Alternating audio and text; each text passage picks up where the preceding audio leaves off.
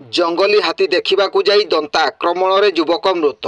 केन्दुझर जिला चंपुआ वनांचल टुणुटुणा पाख जंगल में केतोटी हाथी किछि दिन हेब रही आसुथुबा बेले उक्त हाथी मानकु देखिबाकु जाई जणे 23 वर्षीय युवकर मृत्यु होइथिबा जणा पड़िछि। चंपुआ अंचल बड़नई ग्रामर करन कारुआ घरे मिछ कही बणुआ हाथी देखिबा पई सांग मानक सह चली जाइथिले। वन कर्मचारी बारण सत्वे दल दल होई लोकमाने हाथी देखिबा पई जंगल को जाइथिले। उक्त हाथी पलंक मध्य गोटे छुआ हाथी थिबा हेतु चतुर्पार्श्वर लोकमानंकु देखि दंता हाथीटी उत्क्षिप्त होई लोकमानंकु दौड़ाइथिला। लोकमाने भयभीत होई दौड़ी पड़ाइबा बेले करन तले पड़ी जाइथिले। एही समय जंगली दंता हाथीटी करन को सुंढरे धरी नहीं भूमि रे कचाड़ी देइथिबा जणा पड़िछि। गुरुतर अवस्था वन कर्मचारी करन को उद्धार करी चंपुआ मेडिकल को नहीं सेठारे करनकर मृत्यु होइथिबा जणा पड़िछि। ब्यूरो रिपोर्ट जनजागरण ओडिया।